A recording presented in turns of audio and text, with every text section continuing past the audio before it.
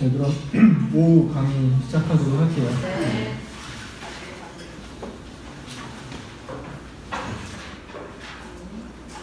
오전에 한 강의 짧게 요약을 좀 해드리면, 소셜 미디어라는 게 어떤 식으로 변화를 해왔는지, 초반에 뭐 관계 형성형 그런 소셜 미디어에서 나중에 어떤 뭐 빠른 짧은 동영상이라던가 어떤 목적을 가진 커머스랑 결합한 그런 소셜 미디어로 갔다는 것.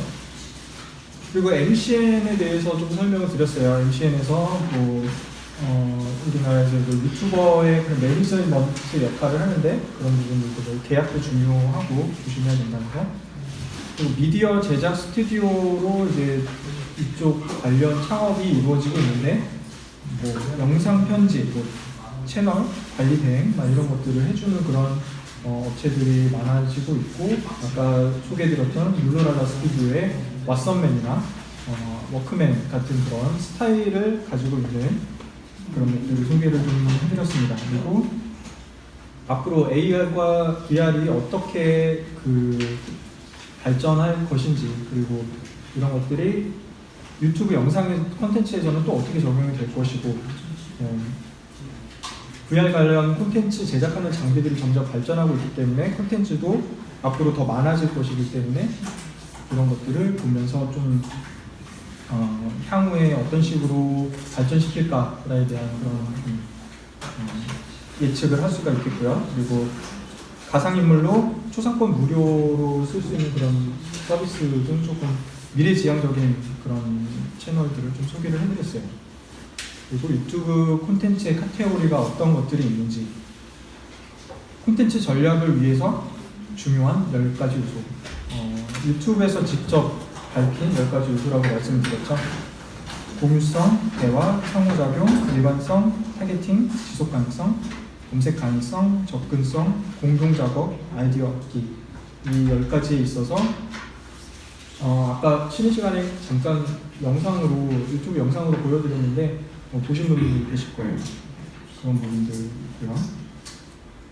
구독자를 늘리는 방법에 있어서는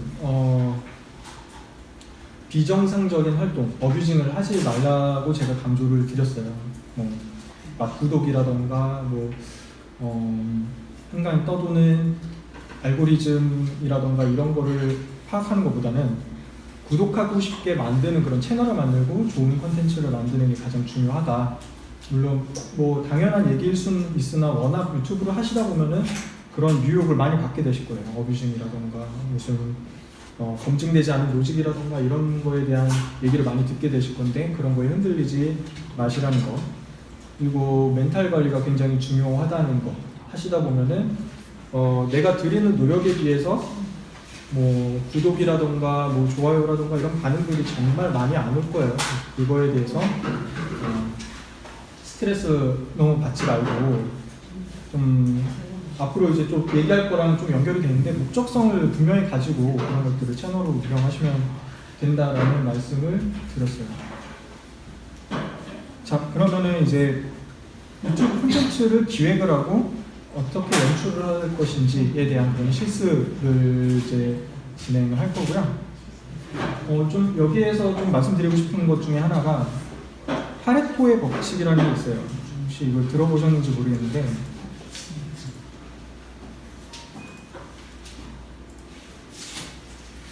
보통 사회에 대한 그런 분석에 많이 쓰이는 그런 용어예요.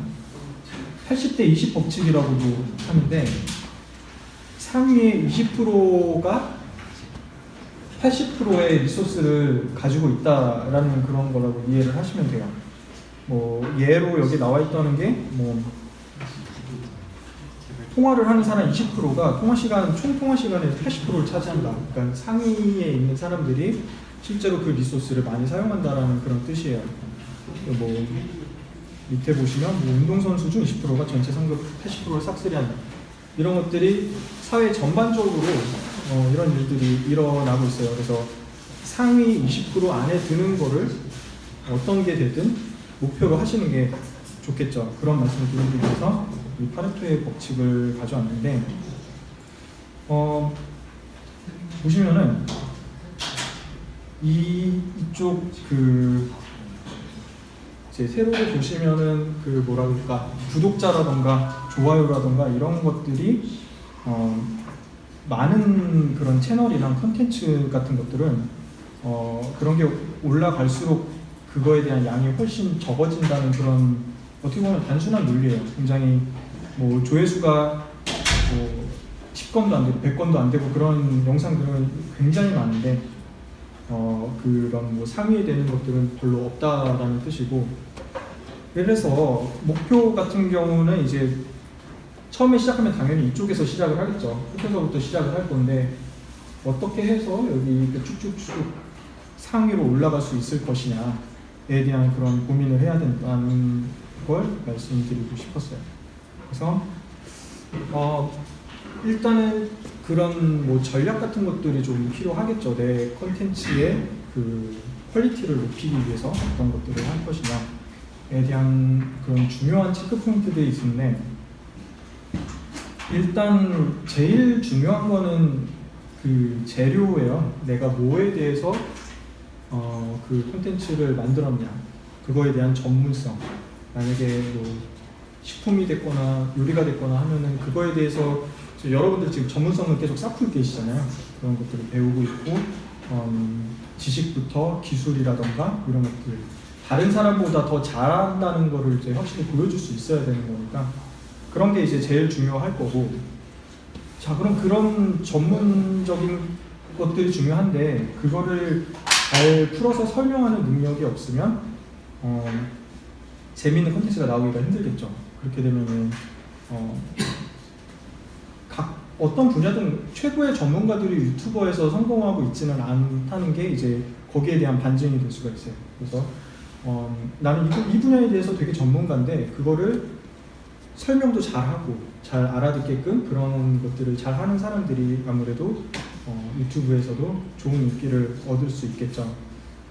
그렇기 위해서는 이제 뭐 화술 같은 것도 당연히 중요할 거고요. 어떻게 풀어내느냐, 뭐 호감 요소라는 거는 그냥 단순한 외형적인 것만을 얘기를 하는 건 아니고, 뭐 개성이라던가 실제로 그 유튜버에서 1인 유튜버로 그 하시는 분들이 전부 다 뭐 잘생기고 예쁘고 그러지는 않잖아요. 그래서 그런 부분들의 개성을 가지고 그 어떤 그 자신의 개성을 잘 살려서 사람들한테 어필하는 그런 것들을 잘 하면 좋다는 거고, 그 다음으로는 이제 기술적인 부분들이에요. 기술적으로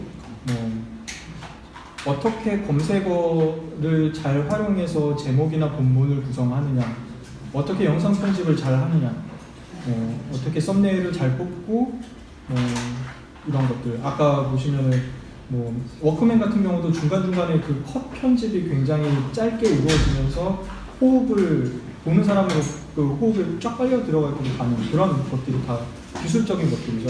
그런 게 이제 지금 백종원 채널도 굉장히 큰 이슈인데, 백종원은 뭐 누구나 잘 알잖아요. 어떤 그런 뭐 요리를 이제 쉽게 할 수 있는 그런 방법을 굉장히 잘 가르치는 분이잖아요. 그래서 그거를 그런 전문 지식을 갖고 있는데, 백종원 채널을 운영하고 있는 그 스태프들은 굉장히 많아요. 그래서 그거 촬영부터 시작해서 기획, 뭐 편집 뭐 이런 것을 하고 있는 그런 것들이 이제 백종원 자체로도 사실 예능 요소를 충분히 다분히 가지신 분이기 때문에 그런 전문 지식이라던가 그런 뭐 전달력 둘 다 갖고 있는데 그런 기술적인 부분들이 충분히 팀으로서 보완이 됐기 때문에 세 가지 요소가 다 맞아 떨어져서 백종원 같은 경우는 굉장히 재밌는 이력을 갖고 있죠. 우리나라에서 아마 유일하게 실버 버튼과 골드 버튼 동시에 받은 사람일 거예요.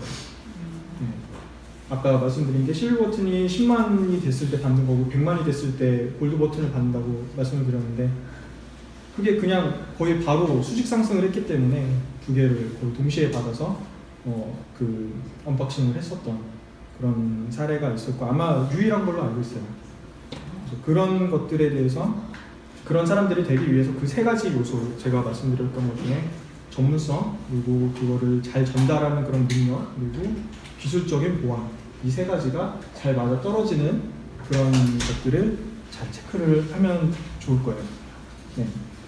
그래서 일단은 그런 것들이 어느 정도 기획적으로 완성이 되었으면 이제 분명한 목적을 세워야 되는데 이 목적이 정말 중요합니다. 왜냐면은 유튜브를 하시는 분들의 그 목적이 최근에 이제 많이들 물어보면은 목적이 유튜브로 돈을 벌기 위해서 하시는 분들이 굉장히 많아요.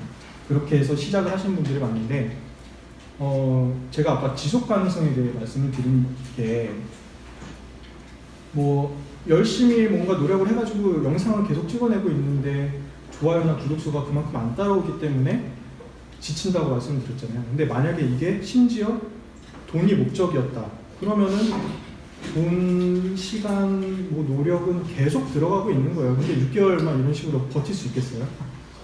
이거는 돈을 목적으로 유튜브를 시작을 하면은 거기서 버틸 수가 없기 때문에 계속 이상한 걸 하게 되는 거예요. 막구독이라든가 이런 이상한 걸 계속 하게 되는 건데 목적이 그게 아니라 예를 들어서 자신의 브랜드를 키우기 위한 그런 채널 중 하나라고 유튜브를 선택을 했다면 그건 좀 달라질 수 있어요. 나의 브랜드가 될 수가 있고 내가 만든 어떤 상품이 될 수가 있고 내가 창업하는 어떤 브랜드가 될 수가 있고 그것을 알리기 위해서 시작을 했다면 뭐 좋아요나 구독수가 그렇게 잘 안 따라주는 거에 대해서 물론 스트레스는 받긴 받겠지만 어쨌든 목적 자체가 그거를 내 브랜드를 알리기 위함이었기 때문에 조금씩 달성은 하고 있게 되는 거예요. 그렇게 되면 어쨌든 뭐를 검색을 했을 때 내 영상을 본 사람들이 있고 조금씩 알리는 목적에는 달성을 하고 있다는 거죠. 그래서 저 같은 경우도 이제 2011년에 첫 책을 썼었는데 그 책을 쓰자고 제안이 온 계기 자체가 유튜브였어요. 그래서 그 당시에 제 유튜브 채널은 크지 않았고 그래도 뭐 아이폰이나 이런 걸로 음악 연주해서 올리는 사람이 워낙 없었기 때문에 제 채널을 본 그 이제 출판사 사장이 연락을 했었던 이유가 이제 그런 좀 특이한 그런 콘텐츠를 하고 있었고 이걸 하고 있는 사람이 별로 없었고 뭐 그 당시에 뭐 제 구독자가 한 200명 정도 굉장히 작은 채널이었어요. 그럼에도 불구하고 그런 거랑 상관없이 그런 식으로 제의가 올 수 있었던 게 제 목적 자체는 그냥 제가 브랜드를 알리는 채널 중에 하나였기 때문이에요. 유튜브가 뭐 그뿐만 아니라 뭐 블로그라던가 여러 가지 채널들은 같이 운영을 했었는데 그 당시에도 이제 유튜브가 대세가 될 것이다 라는 말이 10년 전부터 있었기 때문에 네, 그쪽에서부터 그런 계기가 들어올 수 있었던 거예요. 그래서 목적 자체를 유튜브를 통해서 돈을 벌기 위함이 아닌 뭔가 자신의 뭔가 그런 목적들을 명확히 세워서 하면은 좋을 것 같다는 생각을 했어요. 그래서 여기 오기 전에 어쨌든 그런 식품 관련해서 이미 상표 출원이라던가 이런 것도 하신 분도 계시고 준비하신 분들이 많다고 들었어요. 그래서 그런 경험들이 있으시다면 그런 브랜드를 조금이라도 더 알리기 위한 게 목적이 되면 좀 수월하게 하시지 않을까라는 생각을 해서 이 말씀을 좀 강조를 드리고요. 그렇게 되면은 사실 종종 내가 생각하고 있는 것 중에서 굉장히 이미 잘하고 있는 채널들이 분명히 있을 거예요. 유튜브에는 다루지 않은 주제를 찾기가 굉장히 힘들거든요. 웬만한 거는 내가 생각할 수 있는 거면 남들도 이미 생각해서 하고 있어요. 그런 것들을 일치되는 그런 채널을 찾아서 계속 모니터링을 해보는 거죠. 이 사람은 이런 식으로 했는데 이 점은 좋은 것 같고 이 점은 조금 보완해야 될 것 같다. 그런 게 보이면은 이제 나는 그거를 보완한 걸로 할 수가 있겠죠. 유튜브에서 같은 주제로 다른 사람이 나온다는 거에 대해서 큰 거부감이 없어요. 이거 뭐 다른 사람이 하는 건데 워낙 많기 때문에 그런 생각은 별로 안 해요. 더 잘하면 되는 거예요. 저 같은 경우도 사실 뭐 아이폰이나 아이패드로 연주하는 영상 굉장히 옛날부터 올렸지만 지금 그쪽 방면으로 잘 되고 있는 채널들이 저보다 훨씬 잘 되고 있는 채널이 많아요. 그래도 저는 뭐 억울해 하거나 그러진 않아요. 왜냐면은 그 사람들이 더 나보다 그 후에라도 열심히 했으니까. 그러면은 내가 더 열심히 하는 사람이 되어야 되는 그런 거거든요. 그래서 그런 면에 있어서 그래서 잘된 채널들을 최대한 많이 봐줘야 돼요. 이게 이제 사람이기 때문에 그런 생각이 들 수 있어요. 아, 이게 내가 그 경쟁사라던가 경쟁하는 그런 다른 채널들의 뭐 조회수를 계속 올려주고 있네? 뭐 이런 생각이 들 수도 있어요. 근데 뭐 그래봐야 뭐 한 개, 두 개고 그런 것들보다 훨씬 더 내가 그거를 참고해가지고 더 좋은 거를 만들 수 있는 기회를 잡을 수 있다고 생각을 하시고, 그래서 인기 콘텐츠들 모니터링을 반드시 나랑 위치하는 게 아니더라도 계속 봐주시면 좋아요. 근데 유튜브에서 인기 콘텐츠 탭을 보시면요,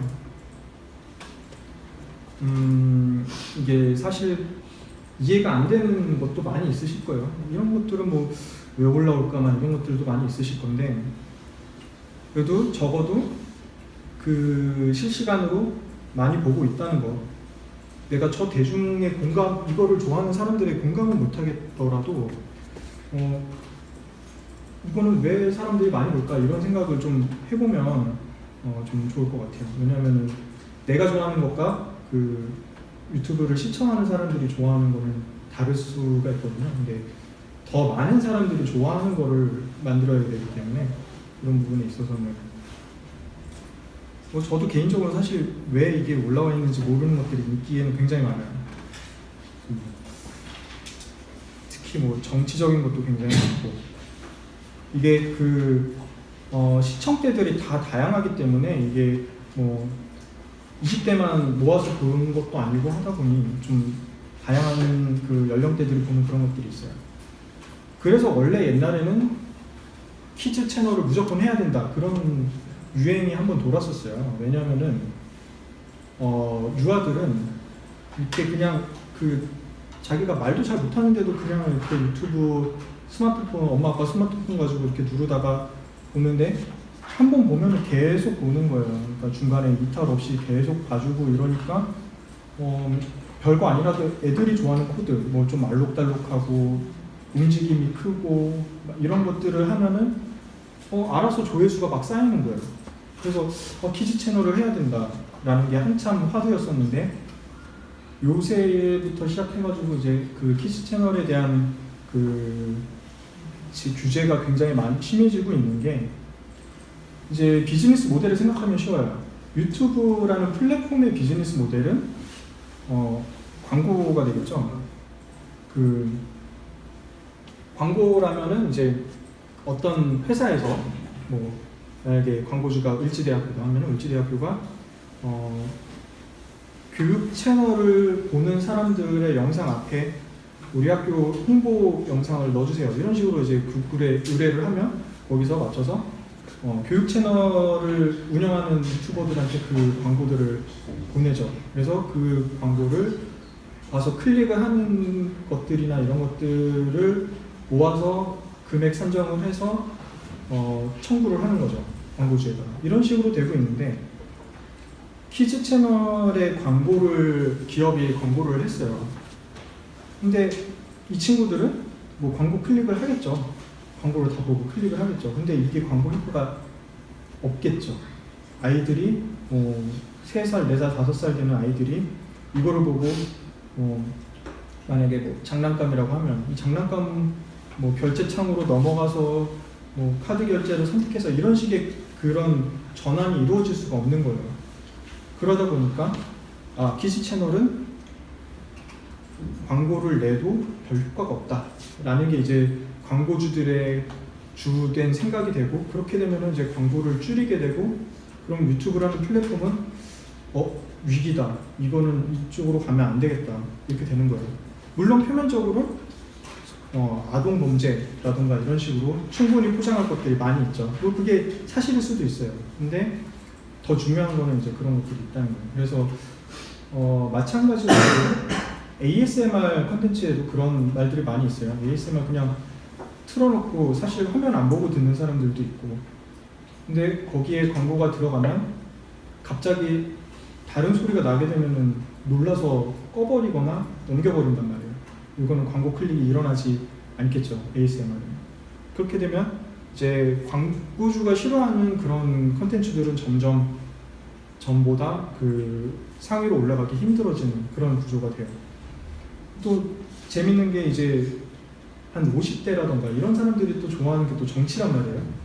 그렇기 때문에 이 사람들은 또 빨리 감기나 중간에 이탈하기 이런 걸 안 하기 때문에 듣고 싶은 거를 들려주면 이분들은 그거를 굉장히 열심히 충성스럽게 봐줘요. 그래서 인기 탭에는 늘 정치 관련이 있어요.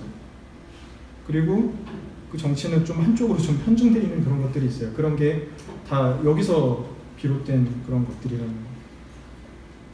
그래서 이런 그런 전반적인 좀 전체적인 사회 전체적인 이런 것들을 좀 이해하고 유튜브를 보시면 내가 딱 어떤 타겟한테 만약에 내가 떡볶이집을 차린다 하면은 떡볶이를 좋아하는 그런 뭐 연령층이라든가 타깃이나 이런 거를 세부적으로 생각을 하면 뭐 10대에서 뭐 30대 뭐 남성보다는 여성이 더 이런 식으로 만약에 타깃을 정하면은 그 사람들이 좋아하는 언어를 쓰고 좋아하는 그런 키워드들을 많이 얘기를 하고 이런 식으로 하면 더 많이 도달을 하고 많이 보게 되겠죠.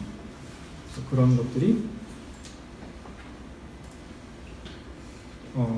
아무래도 그런 모니터링이나 분석에 그런 것들이 이제 좀 중요한 형태가 될 거예요.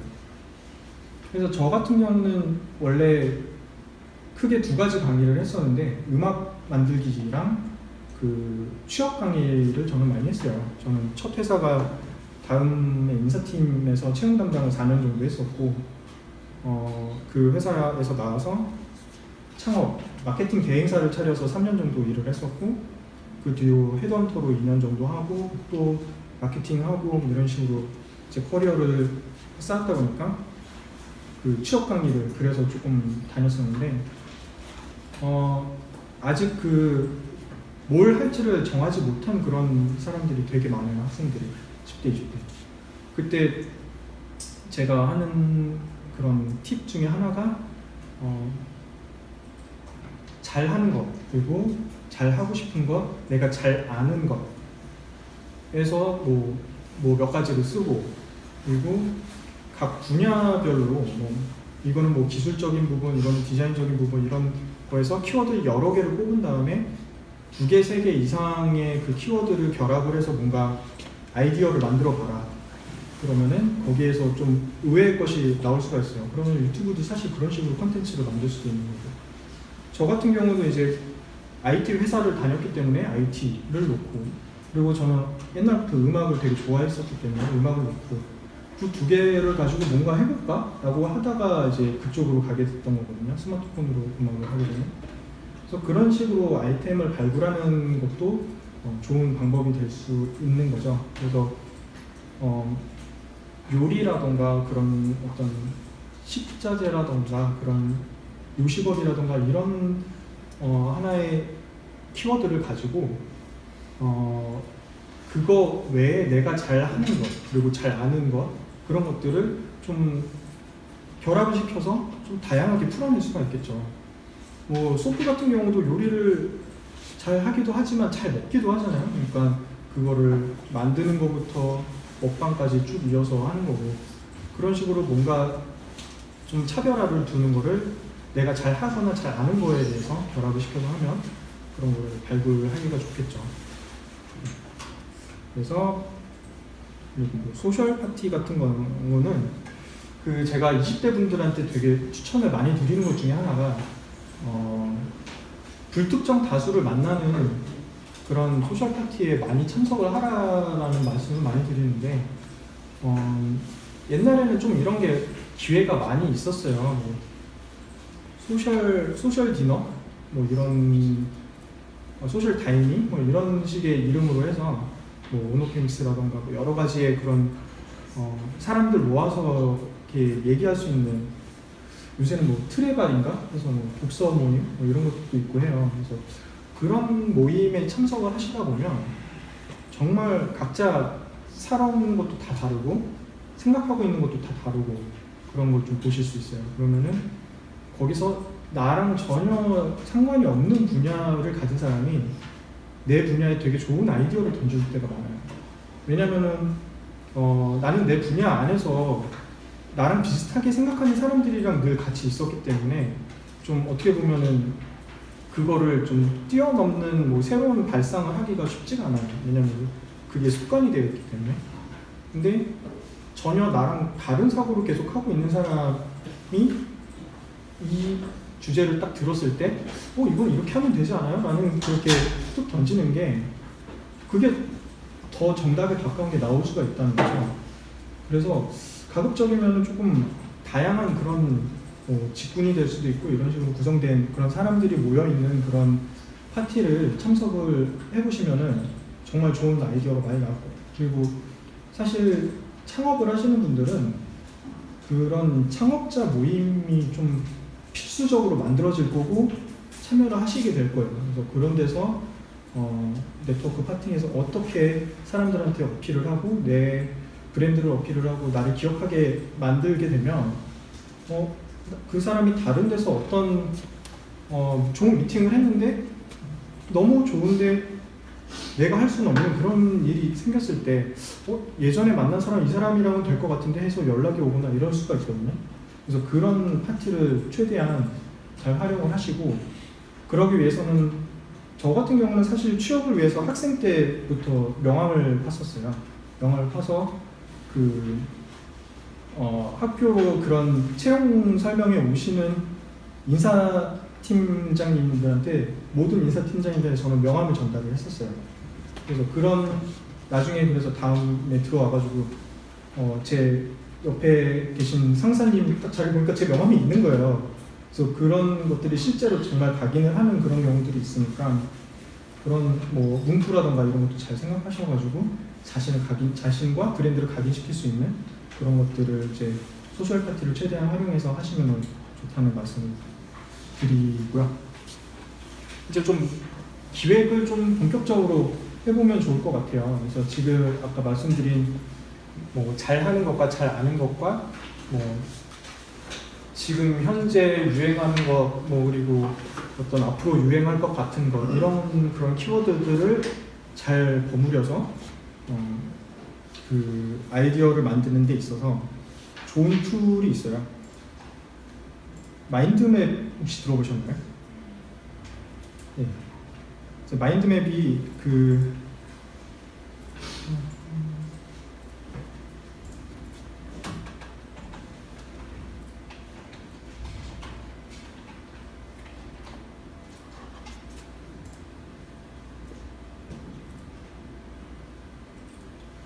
뭐 이런 식으로 주제가 되는 키워드를 가운데다 놓고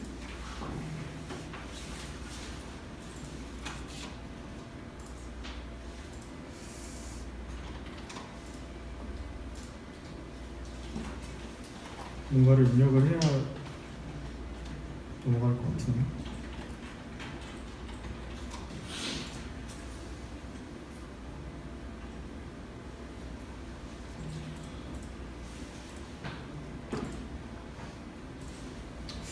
테스트로 좀 보여드리려고 했는데, 그러니까 가장 가운데 만약에 유튜브라고 적었어요. 추정이 안 될 것 같은데. 그러면은 유튜브를 통해서 내가 하고 싶은 게 뭐가 있을까라는 거를 뭐 이런 식으로 문장이 될 수도 있고 키워드가 될 수도 있고 이런 식으로 그 생각의 날개를 이제 뿌리를 내려가지고 조금씩 하는 거예요. 그거를 그냥 종이에다가 그려서 할 수도 있고 뭐 이런 툴을 이용해서 할 수도 있고. 그래서 그런 식의 기획은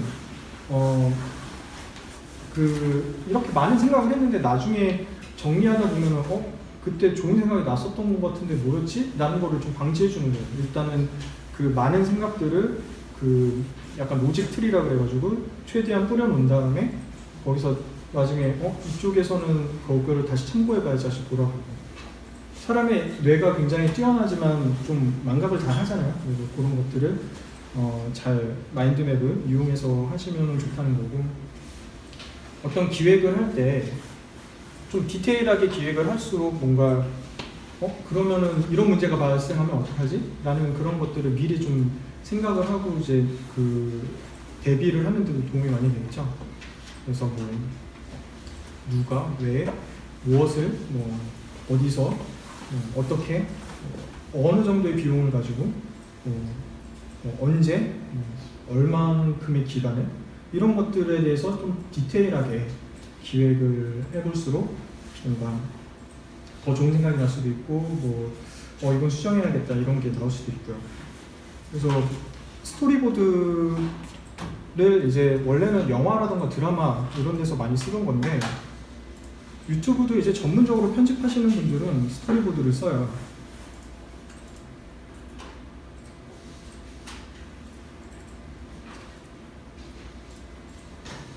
콘티라고도 하는데 이제 만약에 CF가 되면은 그 안에 우리가 인지하지 못하는 수많은 컷들이 있잖아요. 그래서 그 컷마다 어떤 식으로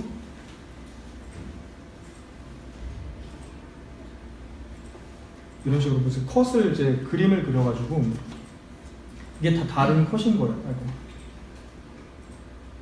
네, 다 다른 컷인데 그런 것들을 어떤 식으로 컷을 구성할 거를 어떤 사람들은 일단 촬영부터 다 한 다음에 이거를 모아서 이런 식으로 재배치하면서 하시는 분들도 있어요. 근데 그것도 가능은 한데 그렇게 하다 보면은 아쉬움이 계속 생겨요. 여기서는 이런 컷을 좀 더 찍었으면 여기서 이렇게 활용할 수 있었을 텐데 이런 게 계속 생기기 때문에 가급적이면 그런 것도 기획을 미리 이런 식으로 좀 짜서 이렇게 그림 다 디테일하게 그릴 필요는 없고 그냥 동그라미 그리고 뼈다귀처럼 이렇게 그려도 상관없으니까 그런 것들은 컷을 미리 딱 만들어 놓고 나중에 영상을 찍거나 할 때 도움을 받을 수가 있겠죠. 콘티 이제 스토리보드가 크게 2개 정도 분류가 있는데 하나는 촬영용이고 하나는 편집용이에요. 어떤 차이가 있냐면 편집을 해서 만약에 두 사람이 번갈아 가면서 인터뷰를 해요. 그럼 촬영할 때는 이 사람 찍었다가 저 사람 찍었다가 이 사람 찍었다가 이런 식으로 안 하잖아요. 한 사람 쫙 찍고 한 사람 쫙 찍고 그래서 씬이 같은 씬을 여기도 넣고 저기도 넣고 하면 그 씬은 그 촬영하는 콘티에는 같이 엮여 있어요. 거기서 또 장소로도 마찬가지고 이 장소가 나중에 또 나온다고 하면 그것도 여기서 미리 다 찍고 가야겠죠. 그런 것들.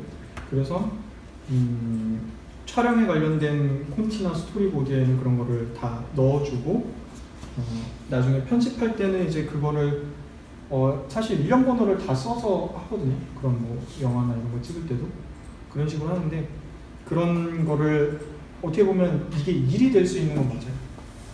되게 손 많이 가고 일이 될 수 있는 건 맞는데 처음에 좀 그걸 습관을 들여서 처음에 조금 그런 식으로 하다가 나중에 이 기획 자체가 익숙해지면 이 과정이 필요가 없겠죠. 유튜브 만드는데 매번 이런 식으로 할 수는 없으니까. 그래서 처음에는 이런 거를 습관화하는 게 조금 도움이 되실 거예요. 나중에 이거는 이런 식으로 놓친 부분들을 보완하면 좋겠다라는 걸 더 빨리 이제 찾아서 할 수가 있으니까. 그래서 이런 것들을 이제 다음 시간에 좀 실습을 해볼까 해요. 스토리보드 짜고 하는 거에 대해서 그거를 지금 노트북으로 하셔도 되고 그리실 분들은 그리셔서 하셔도 되고 이렇게 하시면 될 것 같고 혹시 여기까지 질문이나 궁금하신 거 있으시면 오늘 오전부터 강의했던 모든 거 다 포함해도 되고 아니면 창업에 대한 궁금증도 제가 가능한 부분들이 있을 것 같고 아니면 오늘 얘기한 언급한 것들 혹시 궁금하셨던 거 있으세요? 없으세요?